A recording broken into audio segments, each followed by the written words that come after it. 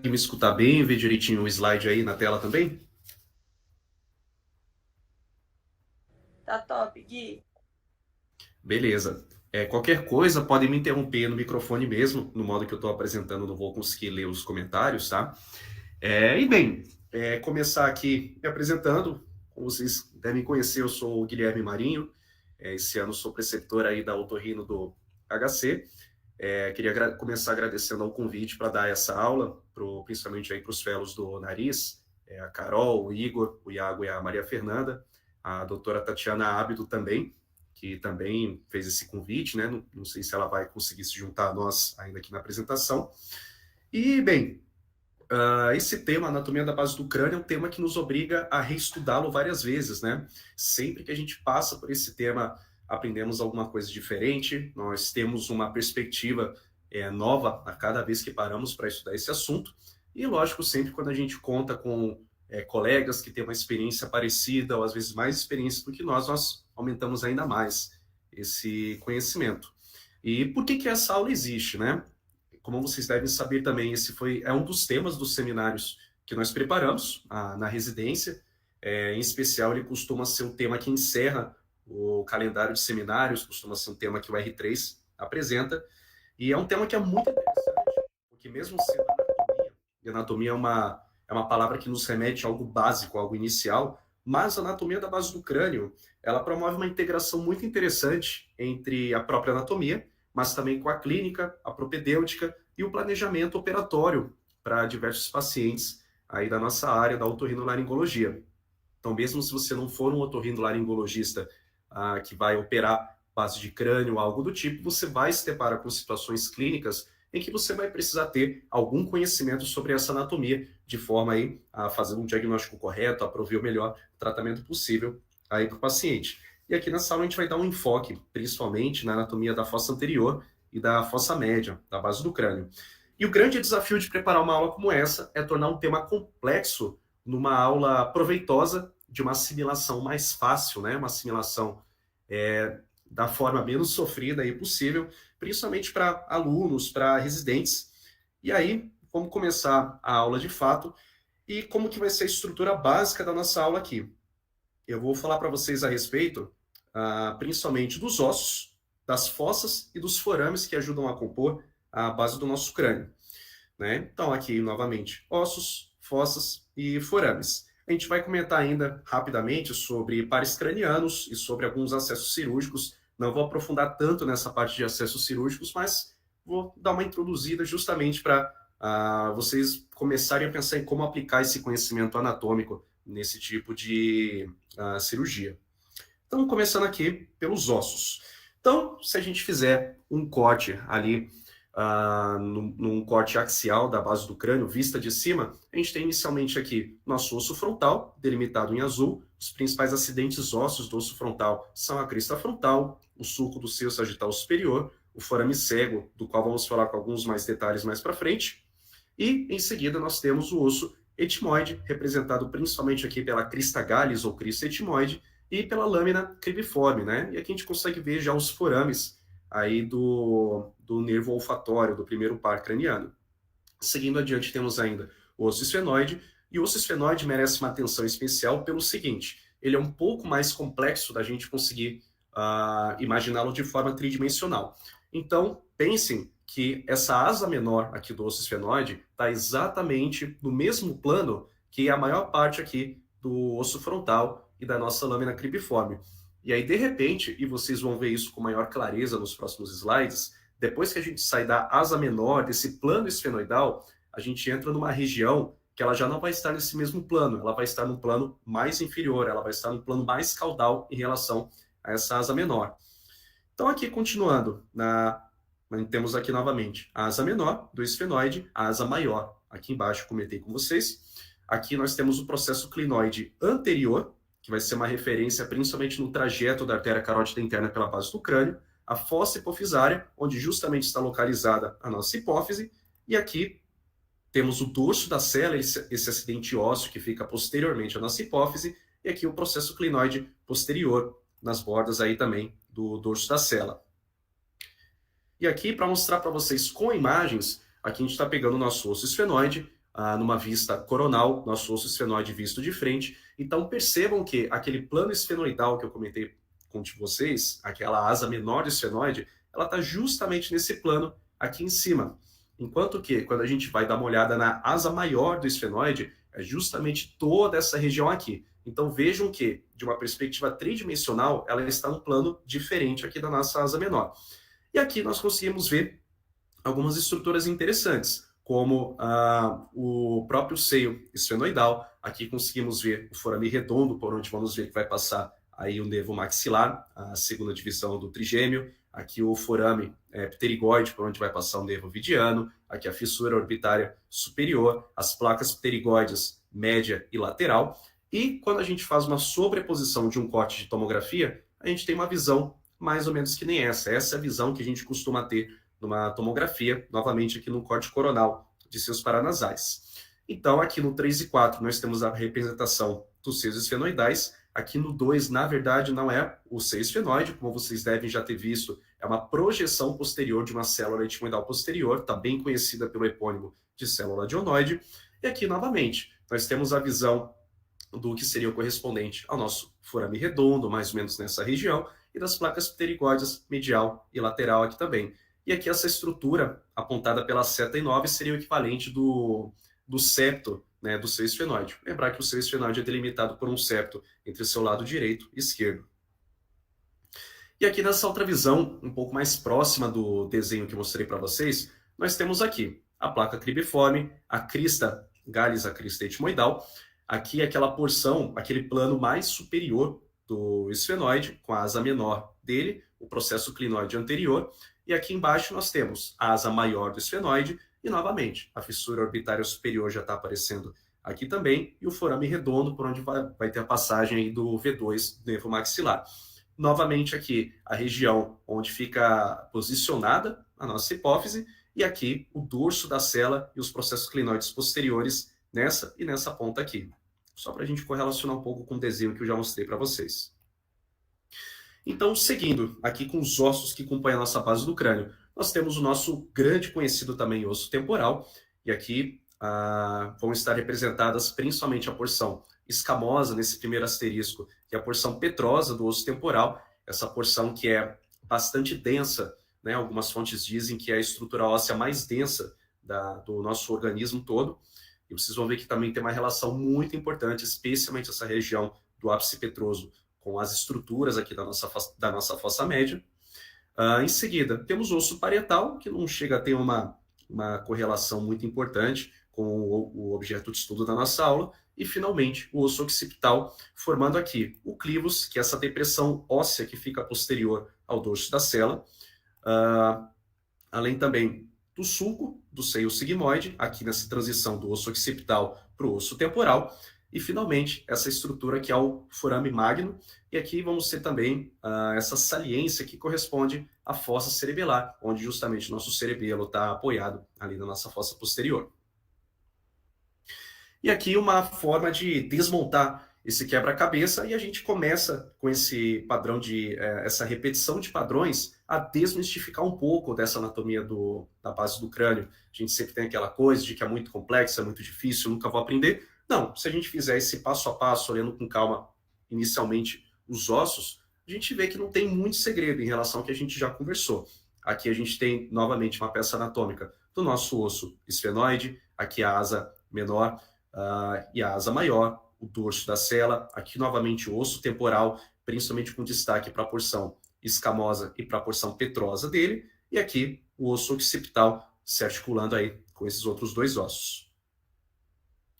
Então, aqui a gente vai ter uma visão num plano sagital, para a gente ver como aqui estão dispostos esses ossos na base do nosso crânio nessa visão. Então, inicialmente aqui nós temos nosso osso frontal, no seu interior o seio frontal. Aqui representado em amarelo temos o osso etimoide. Então aqui novamente a crista Gallis ou crista etimoidal, a lâmina cribiforme e aqui a lâmina perpendicular do etimoide, que vai ajudar a compor parte aí do nosso septo ósseo cartilaginoso. Aqui na sequência nós vamos ter o osso esfenoide, e aqui nessa visão a gente consegue enxergar tanto o seio esfenoidal, marcado aqui pelo número 5, aqui em 6 vamos ver a cela túrcica, em 7 novamente o dorso da cela, e em 8, o processo pterígoide. Seguindo adiante, alguns detalhes que não são necessariamente parte da base do crânio, mas são interessantes para a gente compreender como que outras estruturas se articulam com esses ossos. Temos aqui o vômer, que ajuda a compor parte do nosso septo ósseo também. Aqui é uma porção bem pequena desse plano do osso palatino, o osso maxilar nas suas porções, tanto do processo palatino quanto do processo frontal. Aqui o osso nasal, que também vai se articular com o osso frontal e vai ter uma importância aí, principalmente na embriogênese, né, na origem do forame cego. E aqui o processo estiloide, que é parte do osso temporal. E por fim, aqui mais posteriormente, o osso occipital, dando destaque aí a essa grande abertura que corresponde ao nosso forame magno. Então, depois da gente revisar os principais ossos que compõem a base do crânio, a gente vai começar a falar sobre as fossas. As fossas nada mais são do que algumas divisões que podemos fazer na base do nosso crânio, que são basicamente 3. Temos a fossa anterior, que é delimitada posteriormente pelos bordos das asas menores do esfenoide.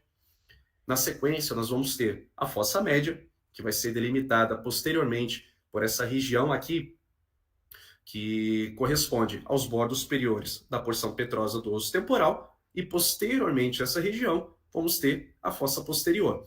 Então, para você que sempre ficou na dúvida do que exatamente é a fossa anterior, fossa média e fossa posterior, está aqui. Vejam que quando a gente aprende os principais acidentes ósseos da base do nosso crânio, a gente começa novamente a desmistificar outro conceito e ver que essa divisão em fossas, na verdade, intuitiva, nos ajuda a compreender melhor a base do nosso crânio.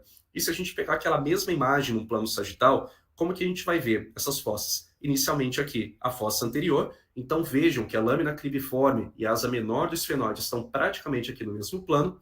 Aqui a fossa média, que nesse corte que está exatamente na linha média da nossa face, ela parece muito pequena, mas eu vou mostrar para vocês depois que na verdade ela se estende bastante lateralmente. E finalmente aqui, mais posteriormente, a nossa fossa posterior.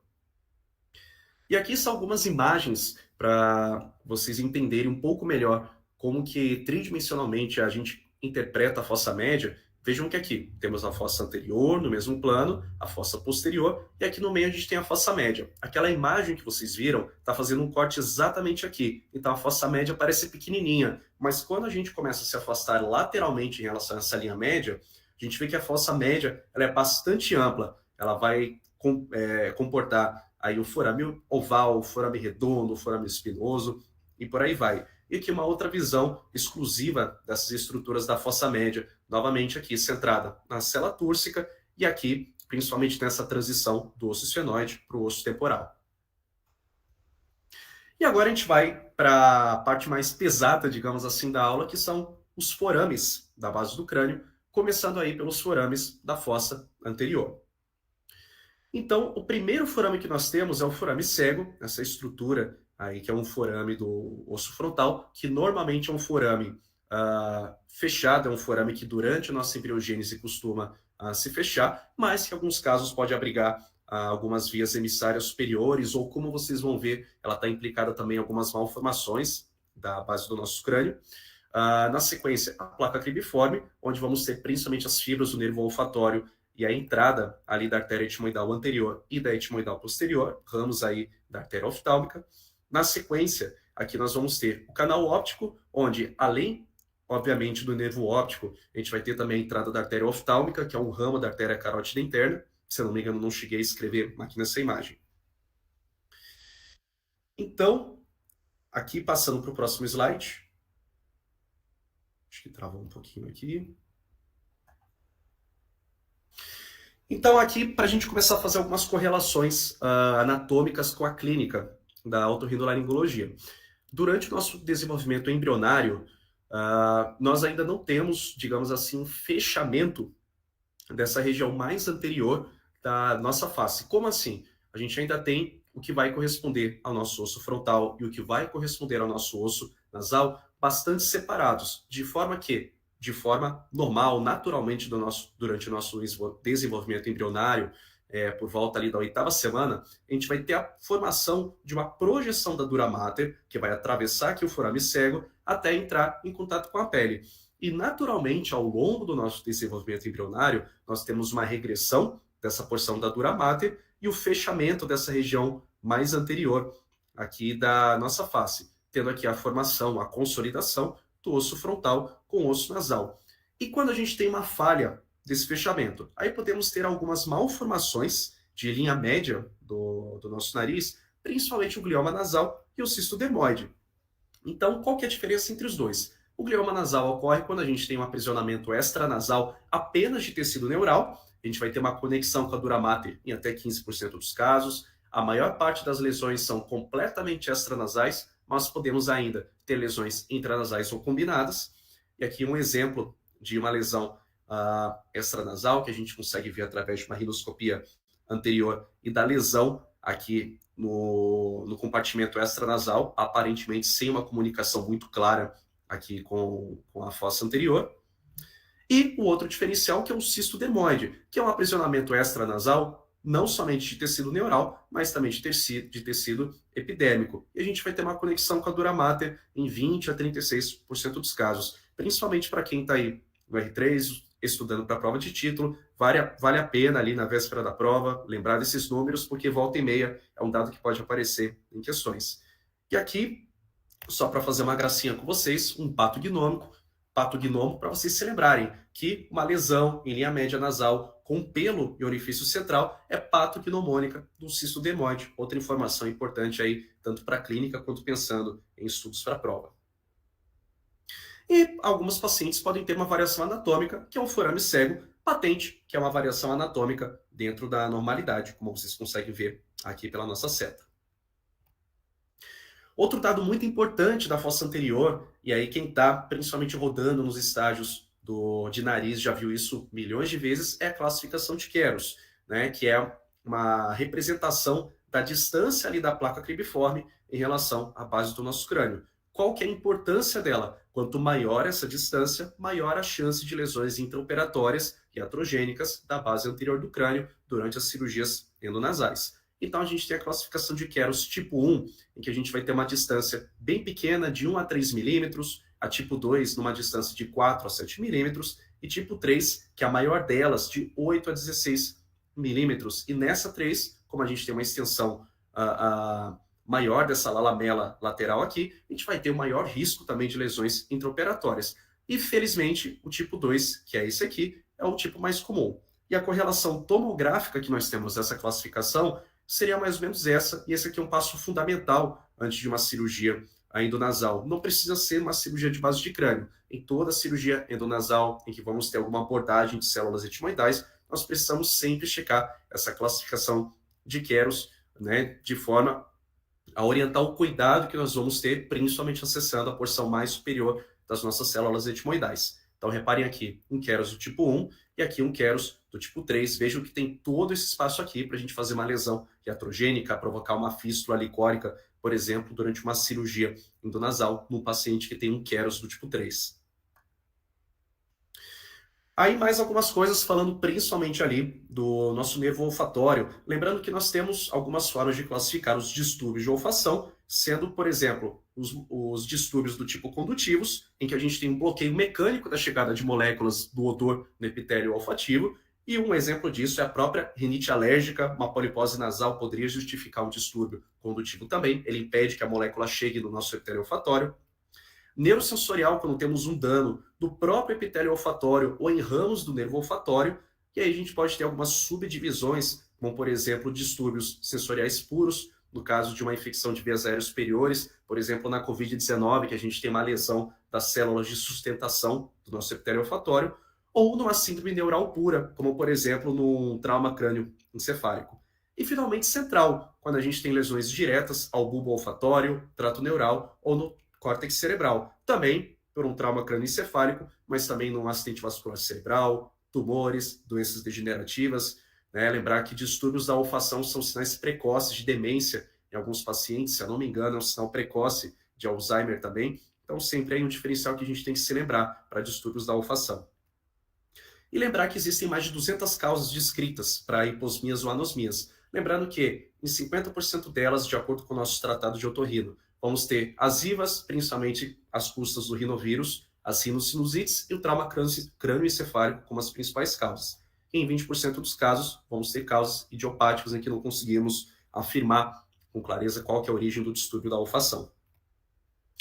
E aqui, finalmente, a gente vai comentar um pouco da artéria etimoidal anterior e posterior. Então, lembrar, pessoal, que as artérias etimoidais são ramos da artéria oftálmica, que, por sua vez, são ramos da artéria carótida interna, e elas vão surgir através do músculo oblíquo superior e vão atravessar a placa cribriforme até elas atingirem novamente a dura mater. Aqui a gente consegue ver a artéria etimoidal anterior penetrando aí pela parede medial da nossa órbita, e aqui a correspondência tomográfica dessa perfuração. Então vejam que em uma boa parte dos casos a artéria oftálmica anterior vai estar recoberta por uma saliência óssea, né? É um canal que alguns autores chamam de canal orbitocranial e que pode estar deiscente em mais ou menos 40% dos pacientes, que é outro dado importante quando a gente vai estudar a tomografia de seios paranasais de um paciente que a gente vai operar. E esse ponto de entrada da artéria etimoidal anterior na base do crânio é especialmente importante porque é uma região de grande fragilidade da placa cribriforme também. E a partir daqui, a artéria etimoidal anterior vai emitir alguns ramos que vão voltar ali para a fossa nasal, então ramos laterais, ramos mediais ou septais, mas também quando ela penetra novamente na base do crânio, ela vai dar origem a alguns ramos menígeos anteriores, né, que vão fazer ali a vascularização parcial da nossa fossa anterior. Alguns outros dados interessantes da gente saber. O forame etimoidal anterior e posterior, aqui nessa região da órbita, tem uma distância média aí de 11 milímetros, sendo que o forame etimoidal posterior pode ser múltiplo em até 30% dos casos. Alguns dados interessantes aí sobre as artérias etimoidais. E lembrar novamente que uma grande importância dessas artérias é que, pensem, elas estão presentes tanto dentro da nossa órbita, como no labirinto etimoidal, quanto na fossa anterior do nosso crânio. Então, novamente, uma artéria que é sempre importante de ser bem estudada aí no perioperatório dos pacientes que vão ser submetidos a alguma cirurgia endonasal. E aqui uma imagem de dissecção, aqui uma correspondência, eu inverti um pouco a legenda para corresponder a essa imagem tomográfica aqui. Aqui nós teríamos a parede da nossa órbita, aqui nós temos a artéria etimoidal anterior deixando a órbita junto ao nervo etimoidal anterior, e aqui a artéria etimoidal anterior penetrando novamente aqui na base do nosso crânio anterior, de onde ela vai emitir tanto ramos septais, laterais nasais, quanto vai emitir ramos menígeos anteriores a partir daqui também. E agora nós vamos falar do carro-chefe. Vamos falar agora do carro-chefe da nossa aula, que é a fossa média, que talvez seja a mais complexa, né, das fossas da nossa base do crânio.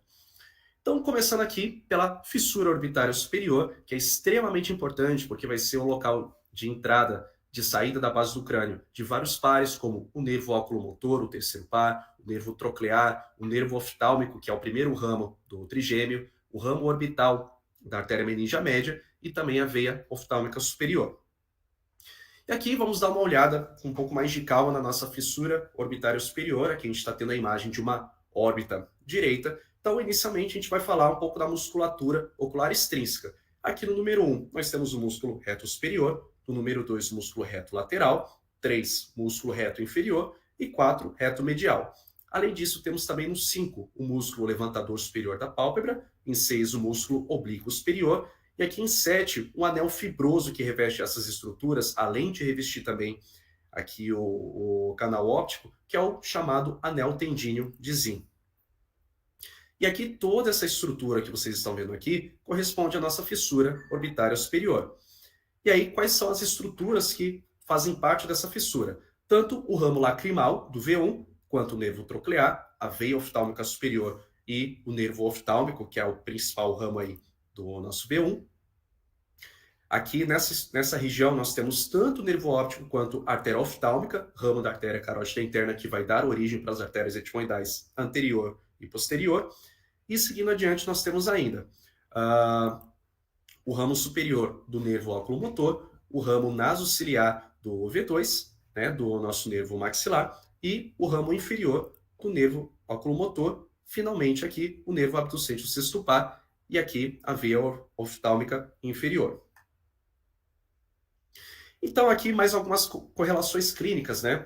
A gente pode ter uma síndrome do ápice orbitário, que tem esse epônimo de síndrome de Jacot, quando temos uma lesão tanto da fissura orbitária superior quanto no canal óptico. E aí fica mais fácil da gente entender quais que vão ser os sintomas de uma lesão nessa região. É só a gente se lembrar dos pares cranianos que vão ser acometidos. A gente vai ter uma oftalmoplegia, por conta do acometimento do terceiro, do quarto e do sexto par, que são ali os nervos motores que vão realizar a inervação motora da musculatura ocular extrínseca, além de hipoestesia da hemifase superior, por conta do acometimento do ramo oftálmico, o ramo V1, e déficit visual por conta do acometimento do nervo óptico. Temos a síndrome da fissura orbitária superior, que também tem esse epônimo de Rochon do Vignot, não sei ao certo pronunciar esse nome, que é basicamente uma síndrome do ápice orbitário que não acomete o segundo par, que não tem acometimento do nervo óptico.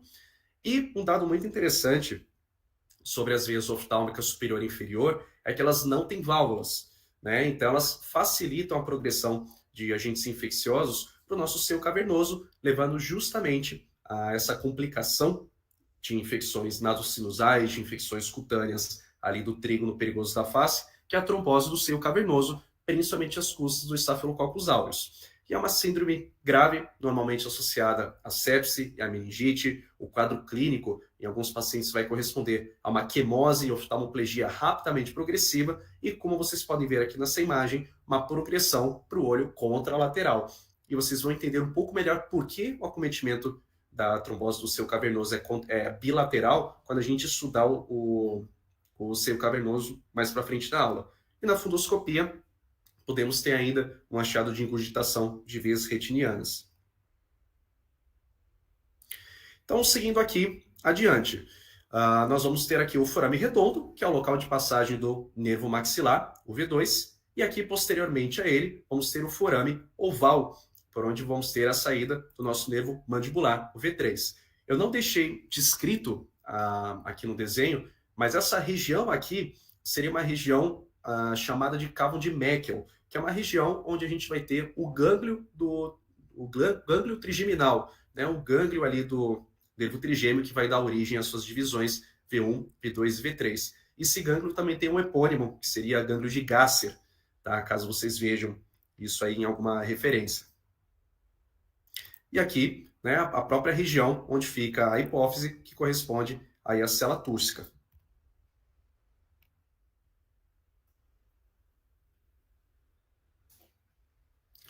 E aqui, nessa região, que corresponde a essa região aqui na ponta, né, do ápice petroso, a gente tem o canal carotídeo, por onde vamos ter a entrada da artéria carótida interna na base do nosso crânio. E aqui vou mostrar inicialmente como que seria o trajeto inicial da artéria carótida da nossa base do crânio. Ela vai sair aqui pelo canal carotídeo e vocês vão perceber nos próximos slides que ela vai ter uma relação muito íntima com o nosso seio cavernoso, que a gente vai mostrar aqui na sequência.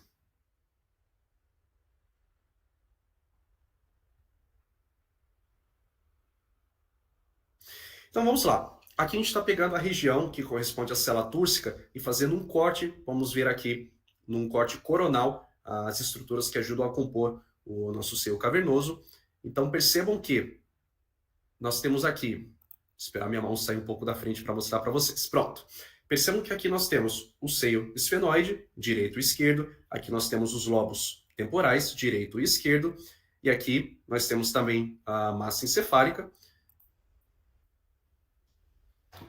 E percebam que, primeiro de tudo, o que é, afinal, um seio dural venoso, né? Aproveitar esse momento para a gente explicar um pouco melhor do que se trata isso. São canais venosos que vão se formar por desdobramentos ali da camada meníngea e da camada periosteal da nossa dura mater, onde a gente vai ter principalmente a drenagem venosa das estruturas aí do nosso crânio, da base do nosso crânio.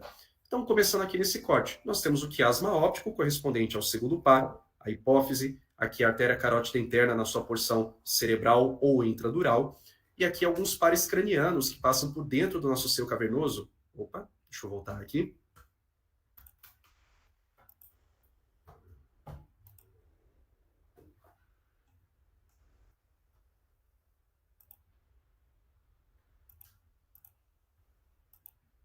Beleza.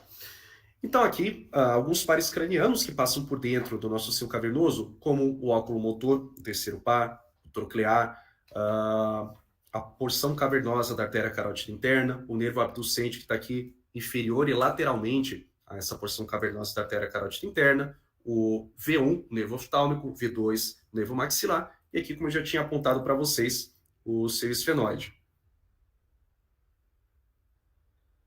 E aqui eu queria mostrar para vocês essa imagem que é muito interessante, porque nos dá uma perspectiva um pouco melhor dessas estruturas que estão ali no nosso seio cavernoso. Então aqui a gente está olhando para a região do nosso seio cavernoso, de uma visão posterior, né? A gente está olhando por trás ali do nosso seio esfenoide. Então a gente consegue ver aqui essa metade aqui à esquerda dessa imagem mostra uma imagem que ainda não foi feita uma dissecção completa da nossa dura mater.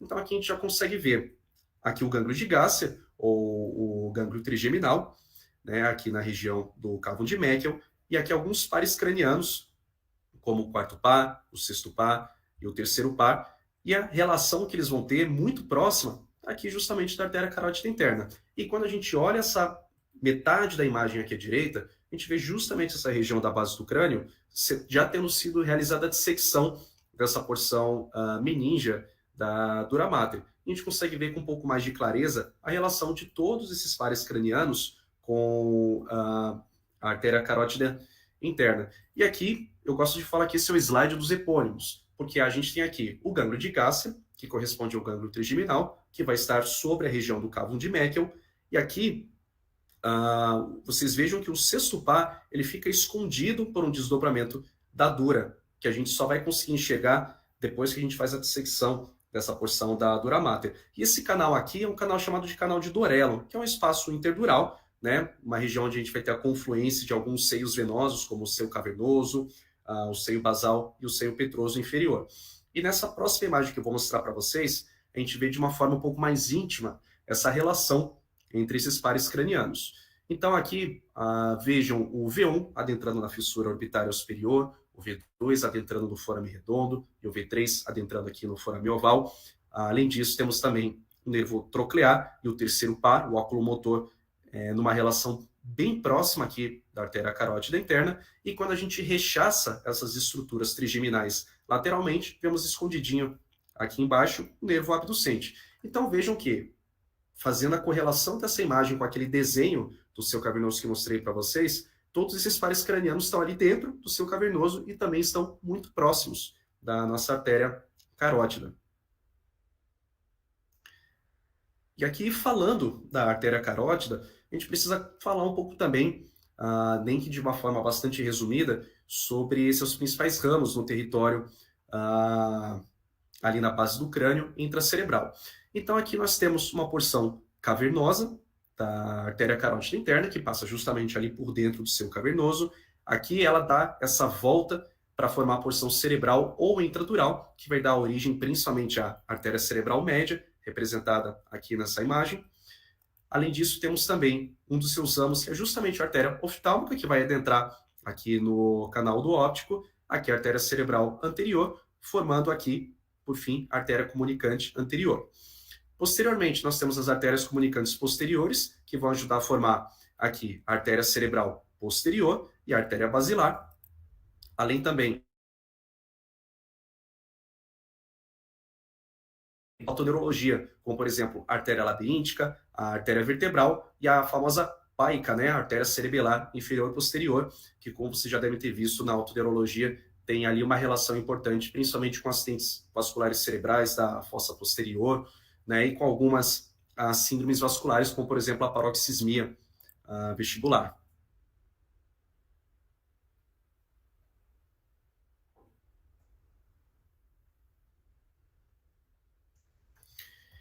Aí aqui algumas imagens para a gente compreender um pouco melhor esse trajeto da artéria carótida interna na base do nosso crânio, né? Então aqui a gente vai ter a saída da artéria carótida interna pelo canal carotídeo, aqui nessa porção que vai ser a porção petrosa da artéria carótida. Vejam que essa porção parafaríngea a gente não consegue observar nesse corte aqui. A gente veria ali principalmente no pescoço, né? Ali na região do espaço carotídeo, já pensando nos espaços cervicais.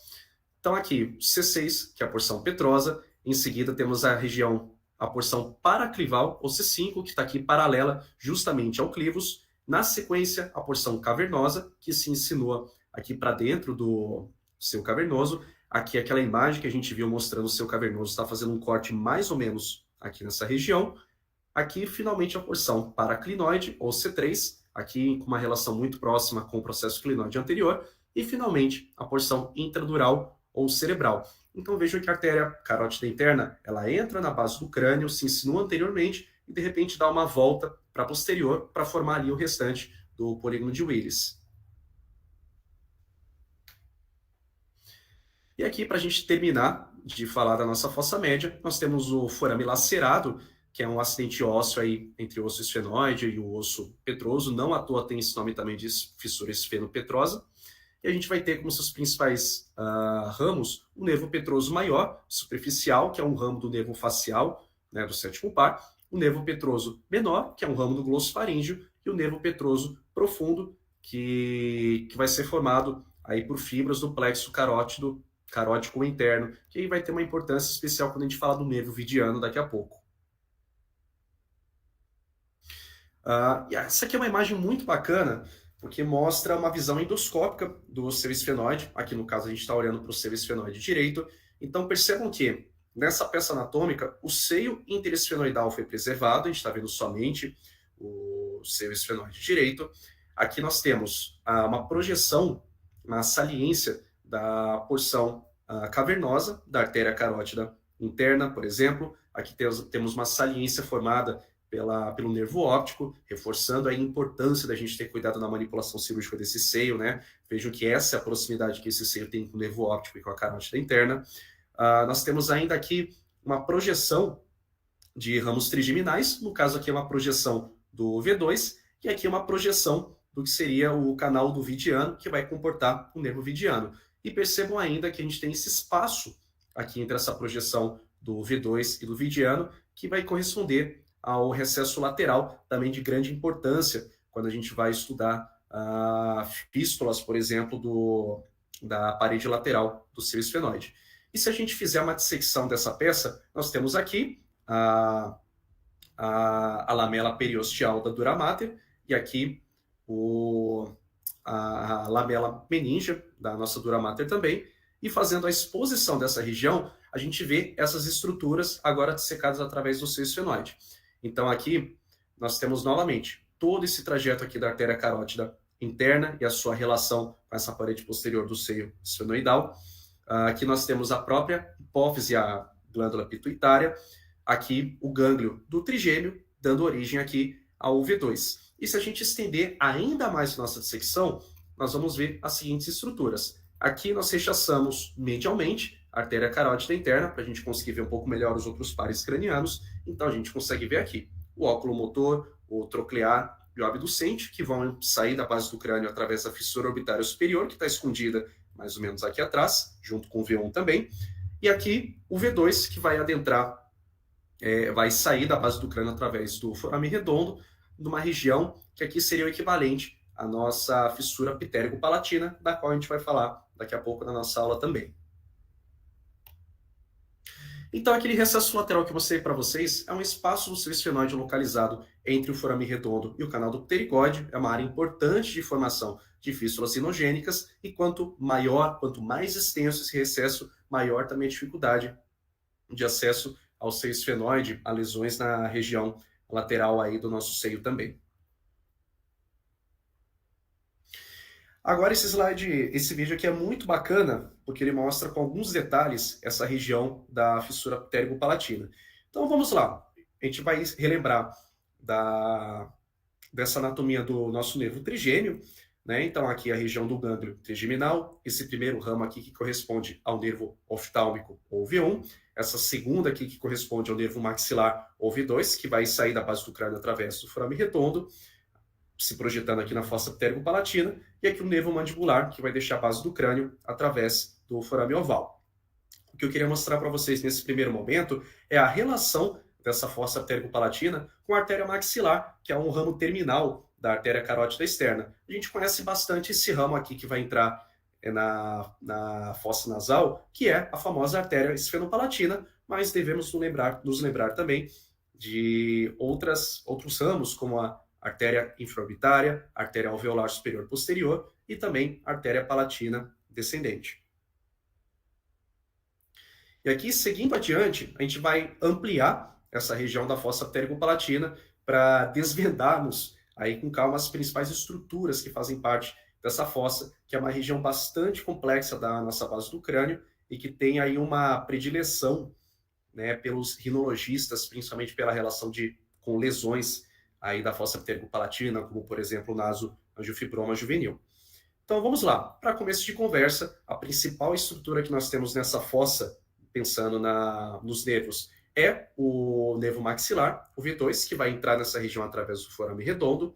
E aqui, olhando as estruturas no sentido anti-horário, temos aqui o nervo infraorbitário, o nervo zigomático e os ramos orbitais, que vão deixar essa região através da fissura orbitária inferior. Então, para você, R1, que já reduziu o nariz no pronto-socorro, você está justamente anestesiando um dos ramos dessa região, principalmente aqui o nervo infraorbitário, quando você faz ali, né, aquele bloqueio local para reduzir a fratura nasal no paciente. Aqui na sequência, nós temos esse ramo aqui, vou esperar aparecer a legenda aqui direitinho para vocês acompanharem.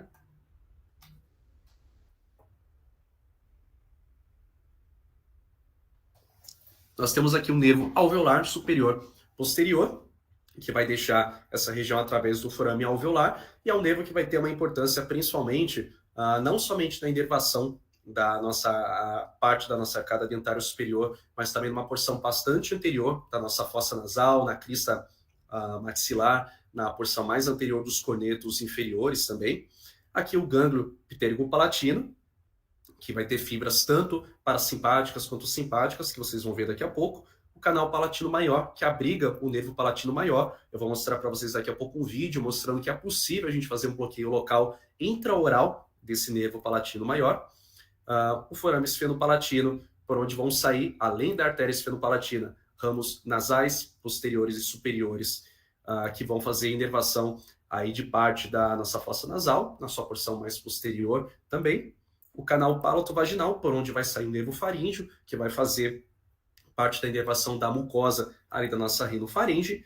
E, finalmente, esse canal pterigóide ou o canal do vidiano, que abriga o nervo vidiano.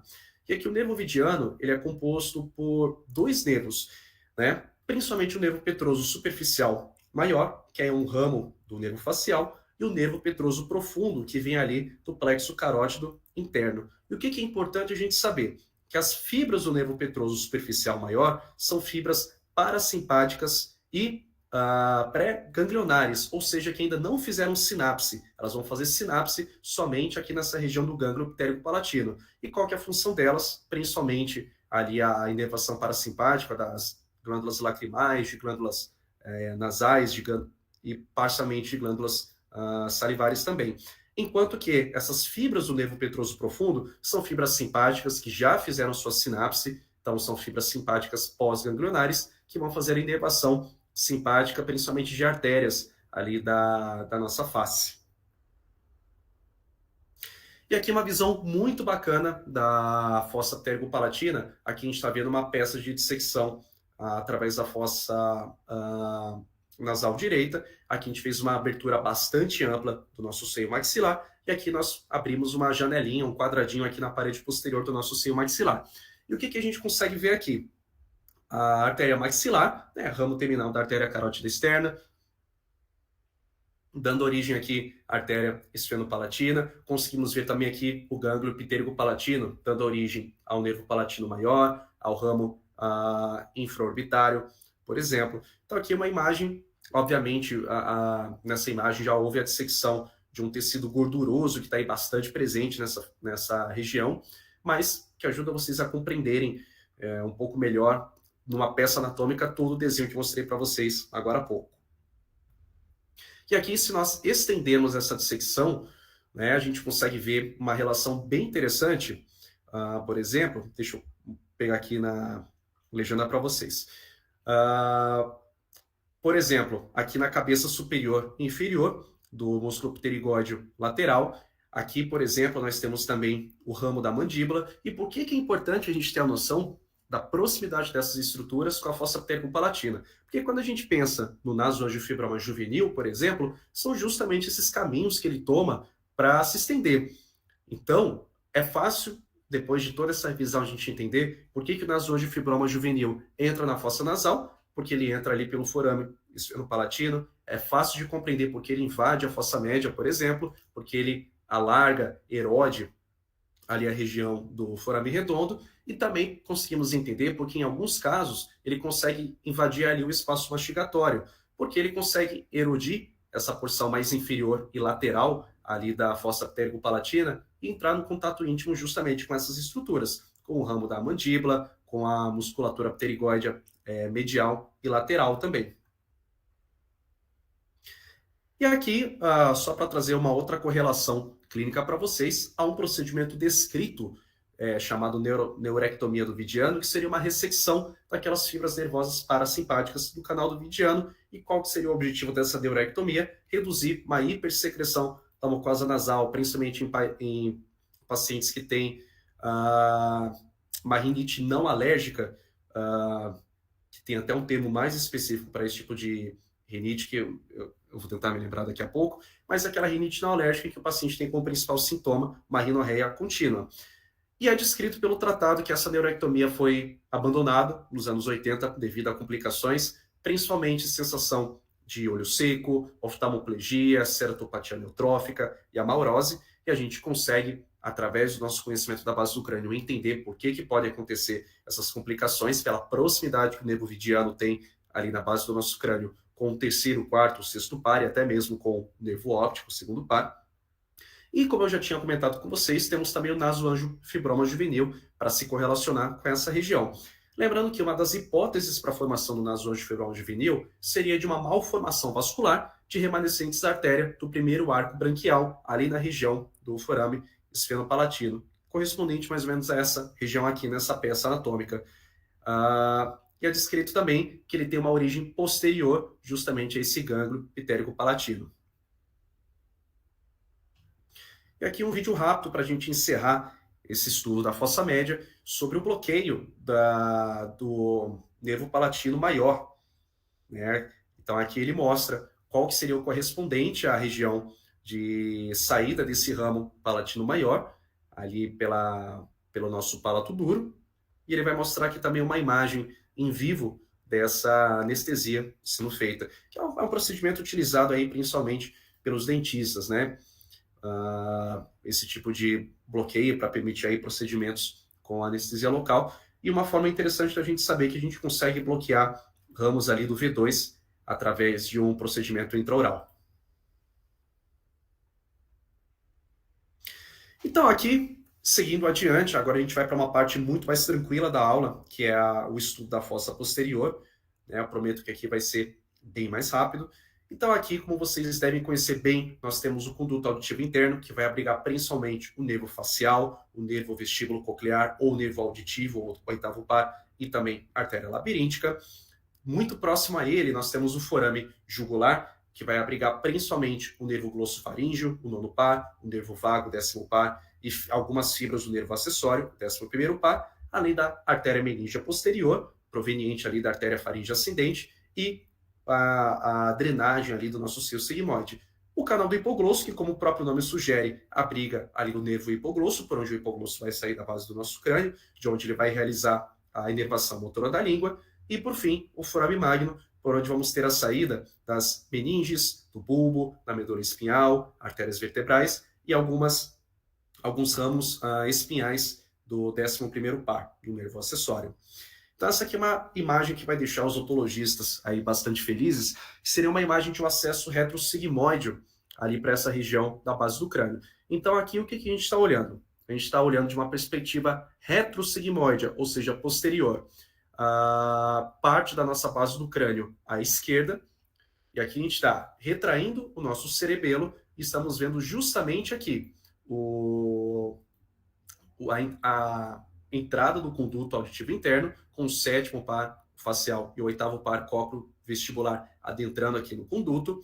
Aqui, mais inferiormente, nós conseguimos ver também o forame jugular e aqui as fibras do glosso faríngeo, do nervo vago e do nervo acessório. E aqui em destaque também o nosso seio sigmoide, formando o bulbo da jugular, até formar aqui, mais inferiormente, a veia jugular. E aqui uma imagem de uma peça de dissecção que está bem bonita também, em que a gente consegue ver novamente, né, rechaçando aqui o cerebelo medialmente, as fibras do sétimo e do oitavo par, entrando no conduto auditivo interno, e aqui as fibras do nono, décimo e 11º, né, saindo aqui pelo forame jugular. E aqui um outro detalhe de uma dissecção um pouco maior aí do conduto auditivo interno, simulando em parte, né, parte do acesso cirúrgico que a gente faz para lesões do conduto auditivo interno, como por exemplo, shibanomas ou meningiomas intracanaliculares. E aqui o mnemônico que sempre vale a pena lembrar, é uma coisa que nós ouvimos desde o nosso R1, que é a posição dos ramos vestibulares, do nervo coclear e do nervo facial, ali por dentro do nosso conduto auditivo interno. Então a gente tem aquele mnemônico do 7-up e coke down, ou seja, quando nós estamos vendo o nosso conduto auditivo interno, na sua porção mais superior e anterior, vamos ter as fibras do nervo facial. Na sua porção mais anterior e inferior, vamos ter as fibras do nervo coclear. E, posteriormente, nós vamos ter os ramos superior e inferior do nervo vestibular. E aqui, esse acidente ósseo, que é chamado de crista de Bill, né, que vai fazer essa divisão do compartimento anterior e posterior.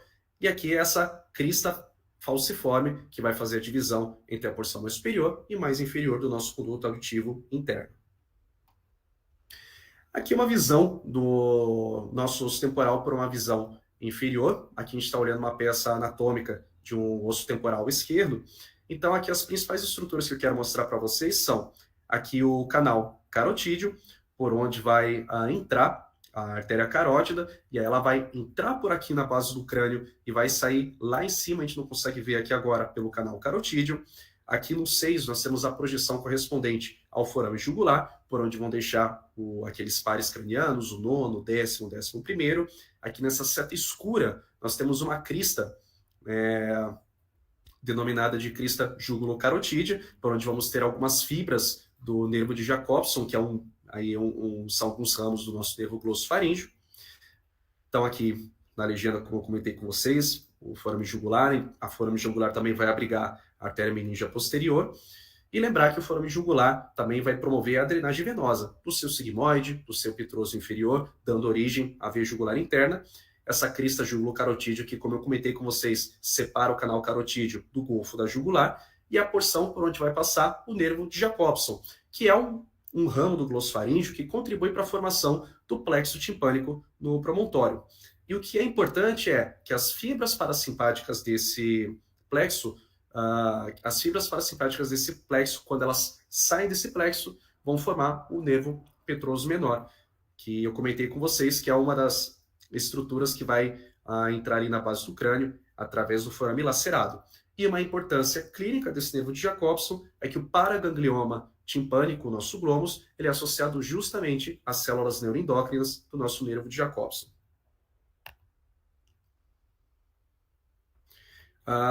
Aqui mais algumas correlações clínicas com lesões no forame jugular. Então a gente tem que pensar o que cada um desses pares cranianos fazem.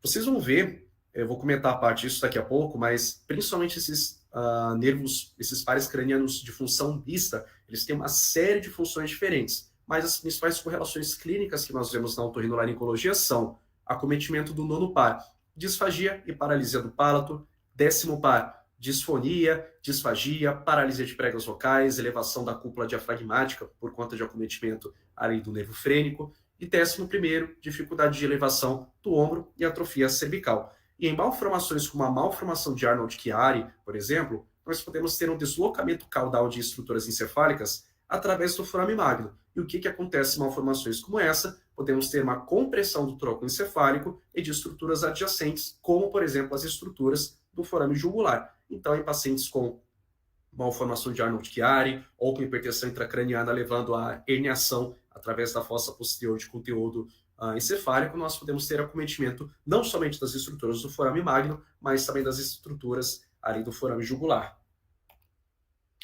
Aqui, isso é mais um resumão para quem está assistindo, está estudando através desse seminário. Então, tire um print, porque eu acho que está bem resumido depois para vocês verem cada um desses ramos aí que nós comentamos ao longo da aula.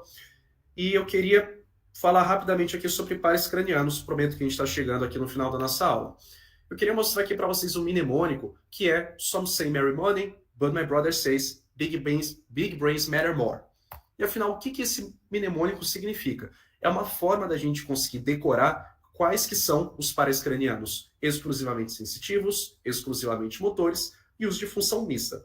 Então vejamos, aqui nós temos a lista de todos os nossos pares cranianos. E se a gente pegar a primeira letra de cada palavra desse mnemônico, do inglês, obviamente, vamos ter que as palavras que começam com a letra S são correspondentes a pares sensitivos, as que começam com a letra M a pares motores, e as que começam com a letra B, both, ou seja, ambas as funções do inglês misto.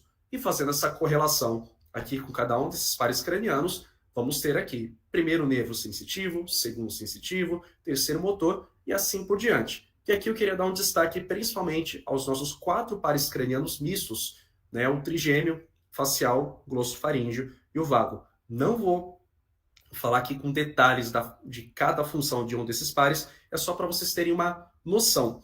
A gente costuma se lembrar do nervo trigêmeo principalmente pela sua função sensitiva, né? Principalmente aqui da fronte, por exemplo, as custas do V1, dessa região maxilar através do V2 e dessa região mandibular através do V3. Mas devemos nos lembrar que o V1, por exemplo, tem fibras parasimpáticas, principalmente na inervação parasimpática das glândulas lacrimais, e que o V3 tem também alguns ramos motores, principalmente para músculos da mastigação, além de parte da sensibilidade não gustativa ali da nossa língua, também aí no V3.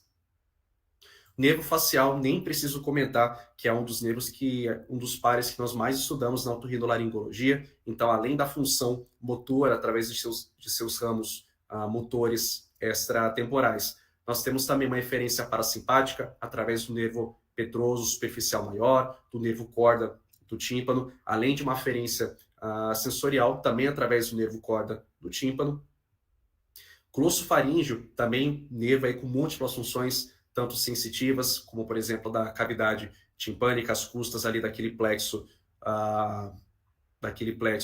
que fica no promontório, sensorial, gustação do terço posterior da língua, temos fibras parasimpáticas, as custas ali do nervo de Jacobson, que vão formar principalmente algumas nervações da glândula parótida, e ramos motores também ali atuando na musculatura da faringe e do palato mole. E finalmente aqui o nervo vago, que também tem uma série de funções diferentes, sensitiva desde ali a membrana timpânica até a base da língua, a supraglote através do seu ramo interno do nervo laríngeo superior e subglote através do nervo laríngeo recorrente, aqui uma correlação importante, principalmente ali pensando na laringologia. Temos uma série de fibras parasimpáticas para órgãos do pescoço, do tórax e do abdômen, e ramos motores, sendo os mais famosos ali na nossa prática, os ramos externos do nervo laríngeo superior, ramo externo que vai inervar o músculo cricotireoide, e o nervo laríngeo recorrente, que vai realizar a inervação ali do restante da nossa musculatura intrínseca da laringe.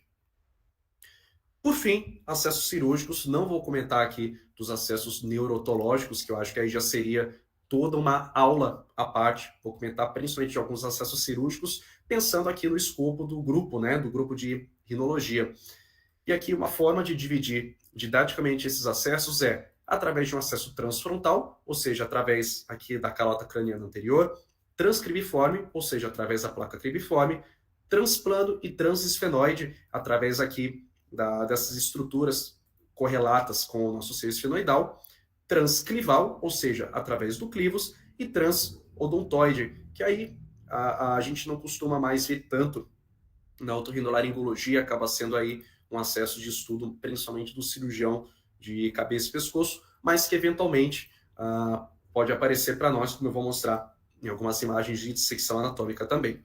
Então, de forma bastante resumida, no acesso transcribiforme, aqui a gente tem uma peça anatômica na qual já foi realizado um draft 3, ou seja, já foi feita a dissecção aqui do recesso do frontal, os dois seios frontais estão bem comunicados, o septo interfrontal já foi drilado, aqui a gente está numa porção bem anterior da fossa nasal, com o septo nasal, e com a porção vertical aqui da nossa concha média, e também a porção óssea que reveste essa base anterior do crânio já foi praticamente toda drilada. Então aqui o que é feito? Uma osteotomia dessa fina lamela óssea que ainda separa o seio frontal da base do crânio, e através dessa dissecção, obviamente, ali da dura mater, nós conseguimos ver aqui a fossa craniana anterior e aqui os bulbos olfatórios, né, do primeiro par, do nosso primeiro par craniano. Aqui só um resumo para a gente entender como que a gente consegue acessar essas estruturas, né, através da base do nosso crânio. Aqui falando mais ou menos ao mesmo tempo do acesso transplano, transtubercular e transesfenoide, aqui esse esquema só para a gente se situar um pouco melhor. O que seria um acesso transplano? Seria um acesso justamente através desse plano esfenoidal, transtubérculo através aqui desse tubérculo aqui da célula túrcica. E aqui um dado relevante também são aqueles graus de pneumatização do nosso seio esfenoide, tendo aqui esse grau conchal, que é o mais comum nas crianças, o grau pré-celar, e esse grau celar, que é o mais comum na população adulta, e esse aqui, para uma cirurgia de base de crânio, ele promove uma maior facilidade justamente para a gente acessar essas estruturas, como a própria hipófise, o seio cavernoso, entre outras estruturas ali da nossa fossa média. E aqui, né, a gente está tendo uma visão anatômica, através de uma óptica do nosso seio esfenoide. Aqui o seio interesfenoidal já foi drilado, então os dois seios esfenoides estão comunicados. Aqui a gente tem uma dissecção da porção periosteal da nossa dura. Aqui uma ampla exposição, removendo essa porção periosteal da dura mater. E aqui, vejam que nessa legenda nós temos, por exemplo, a projeção intracavernosa da artéria carótida interna, temos aqui projeções do nosso nervo óptico também, e quando a gente faz a incisão dessa lamela mais interna da nossa dura mater, a gente consegue dissecar justamente aqui o quiasma óptico, ali formado, obviamente, pelo segundo par craniano, pelo nervo óptico, a haste e hipofisária aqui também. Então, uma introdução de como seria um acesso ali transplano ali para a base do nosso crânio, com enfoque principalmente aqui na nossa célula túrcica. Aqui uma outra peça anatômica com mais ou menos o mesmo objetivo. Aqui a gente consegue ver com alguns outros detalhes o plano esfenoidal, aqui o nervo óptico formando o quiasma óptico, a haste hipofisária, a própria hipófise, e aqui a artéria carótida interna. E aqui, falando do plano transclival, nós podemos interpretar ele de uma forma didática como uma extensão daquela dissecção anterior que nós vimos. Então aqui nós progredimos a nossa dissecção inferiormente, aqui já expondo, por exemplo, o plexo basilar. Removendo esse plexo, nós conseguimos revelar essa porção da dura mater, onde já vamos ter aqui uma projeção do nervo abducente, aqui bilateralmente. Lembre-se que o nervo abducente, quando ele deixa ali o nosso tronco, ele vai estar envolto por uma projeção da dura mater, que é o tal do canal de Dorello, parcialmente dissecado aqui. E quando a gente remove essa dura, esses pares cranianos da nossa frente, a gente consegue observar aqui justamente a artéria basilar com essa ampla exposição aqui do clivus, né, na base do nosso crânio, já abrindo ali a nossa fossa posterior. E se nós estendermos ainda mais essa dissecção, a gente consegue revelar algumas estruturas já chegando ali na nossa coluna vertebral, como por exemplo o arco anterior do Atlas. E aqui, se a gente colocar nossa ótica nesse espaço, a gente consegue ver já, por exemplo, o C1 e o C2, né? Aqui começando de fato a nossa coluna vertebral, aqui pelas suas primeiras porções cervicais. Então aqui não falei com muita profundidade desses acessos cirúrgicos, é realmente mais uma introdução para vocês verem como que através de todo esse conhecimento anatômico nós conseguimos visualizar essas estruturas através de um acesso cirúrgico. Essas foram as minhas principais referências para montar essa aula. Então, inicialmente, o Tratado de Otorrinolaringologia, esses dois livros aqui do Dr. Aldo Stam e do Dr. Peter John Wormald, que tem imagens muito legais. Para quem gostou das imagens de dissecção, vale a pena pegar esses dois livros e dar uma estudada com calma. E esse Sobota aqui, que me acompanha há mais ou menos 10 anos, que de vez em quando ainda tiro aqui da gaveta para dar uma revisada, né, na anatomia. E aqui, finalmente, o making off de como que todo esse trabalhão aí foi feito. Essa aqui é a mesa da minha casa, isso aqui ficou uma bagunça durante quase um mês. A Nicole foi bastante compreensiva e eu dedico esse seminário também a ela por ter permitido que essa bagunça se instalasse durante quase um mês na nossa casa, né? E aqui vocês conseguem ver toda a minha tensão de fazer as legendas de forma correta, porque eu sabia que se eu fizesse o mínimo erro, ia ter que descartar tudo e começar tudo do zero. Felizmente deu tudo certo, eu não precisei refazer nenhuma imagem aqui para vocês. Então, por fim, eu queria fazer um agradecimento final. Não sei se tem alunos ou internos assistindo a aula, mas se tiverem, espero que eu tenha contribuído de alguma forma para a formação e aprendizado de vocês. Para os residentes, que acho que estão formando o maior número aí de espectadores da aula, espero que esse seminário tenha inspirado vocês para darem o seu máximo nessa tarefa que é desafiadora, porém bastante gratificante, que é ensinar as outras pessoas, principalmente aí nos seus seminários, os R3 que estão aí orientando seus R- no ambulatório geral e que daqui a pouco também vão estar na preceptoria e no fellow orientando outras pessoas.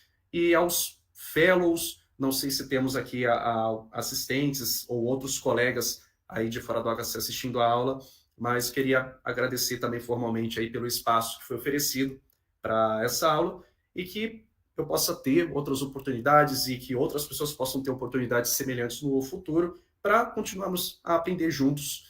E, bom, era isso que eu tinha para falar para vocês. Se alguém tiver alguma dúvida, quiser fazer uma contribuição, mais do que bem-vindo. E é isso aí, gente. Obrigado.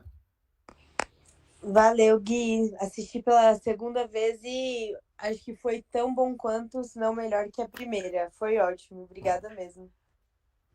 Excelente, Gui. Muito boa aula. Obrigada. Parabéns, Gui. Gui arrasou, dupla, parabéns. Opa, obrigado, gente. Obrigadão mesmo. Deixa eu ver aqui se eu consigo compartilhar. Eu estou usando o celular do José. Vejam se vai dar certo. Porque eu vi aqui, ó. Vocês estão conseguindo ver ou não? Sim. Tá. O Dolce compartilhou esse artigo que foi publicado essa semana e eu achei muito interessante. Deles fazendo uma retirada de granuloma de colesterol do ápice petroso para um acesso que eles chamam triângulo de Gardner. Então, achei muito interessante. Eu não sei se o Deus está aí, está ouvindo, se ele tem algo para contribuir. Ele estava no começo aí da aula, tá por aí. Que eu achei muito interessante, assim, né? Esse acesso que eles fizeram e publicaram. Não sei se você já chegou a ver algum e tudo mais. Primeiro, Gui, parabéns aí pela aula, muito legal, sua didática é muito boa, você fala com bastante segurança e eloquência, é muito legal sua retórica. Segundo que a aula é bem abrangente, muita informação legal, então parabéns mesmo, viu? Em relação a esse acesso, esse triângulo de Gardner, o Gardner ele é um neurocirurgião que trabalha em Pittsburgh, né? É um dos chefes lá da base de crânio de Pittsburgh. Ele tinha publicado primeiro um trabalho, se não me engano, em 2016, mostrando os acessos 2015 e 2016, se não me falha a memória. Depois eu posso procurar e compartilhar com vocês. Mas um possível acesso por via transnasal, né? Transnasal, transclival para o ápice petroso. E existem algumas peculiaridades para você conseguir realizar esse tipo de acesso. Então, na época, eles fizeram um estudo de viabilidade técnica, né? Então, comparando o acesso transnasal, transclival, com o acesso translabiríntico, enfim, por outras vias, né? Ou via fossa média, enfim. A grande questão é a posição da carótida, aparenta ser a posição da carótida, né? Se a carótida tiver um determinado ângulo lateral, você consegue, por um acesso transclival, remover lesões nessa topografia. É um artigo bem interessante. Esse que foi publicado essa semana aí que o Dolph comentou, ainda não tive a oportunidade de ler. Mas esse trabalho do Gardner é bem legal, ele descreve essa via de acesso. E é interessante, a gente já usou, eu tenho um caso de uma lesão óssea que estava na região clival, posterior à carótida, que a gente usa esse acesso também. O neuro na época ficou na dúvida do que a gente iria fazer, a gente acabou optando por fazer dessa forma. A gente tentou esqueletizar a carótida num dos planos e acessar a lesão posterolateralmente para fazer biópsia, assim. Deu certo, não abriu fístula, e uma das peculiaridades técnicas dessa via de acesso é que se você abre uma fístula nessa região, geralmente são fístulas de alto débito e difícil Sim. fechamento, assim, sabe? Então você tem que estar preparado com flaps bastante robustos e longos para você conseguir fazer a reconstrução. Mas, enfim, peculiaridades técnicas aí de acesso. Mas parabéns, eu achei muito legal. E uma outra coisa só, vou compartilhar, vou tentar achar esse artigo do Gardner, e tem uma outra coisa bacana, são os vídeos da sessão do Houghton, que você acha pelo YouTube, tem o Atlas de Neurocirurgia e Anatomia de Base de Crânio do Houghton, é disponibilizado gratuitamente na internet, e tem várias formas de você estudar a base de crânio anterior e a fossa média ali. E tem um vídeo muito, muito legal que ele fala sobre a órbita, a relação da órbita com as estruturas neurais da base de crânio anterior e da cavidade paranasal. É muito legal. Depois eu acho que vale a pena vocês darem uma olhada. Nossa, interessante. Parabéns. Manda pra gente. Vou mandar para você, Carolzinha. Você compartilha com Eu eles. compartilho, pode deixar, Deus. Fechou. Fechou. Parabéns. Obrigada. Acho que é isso então, Gui. Muito obrigada de novo por ter topado. Foi excelente. Muito obrigada mesmo. Show, Carol. Obrigado. Obrigado, doutor Deusdedit, aí, por assistir o seminário, pela contribuição aí no final. Fico muito agradecido aí também pelos comentários sobre a aula. Para mim é uma honra poder fazer essa apresentação aí diante de uma plateia tão seleta. Fico contente de verdade. Obrigado. Boa noite, gente. Um beijo.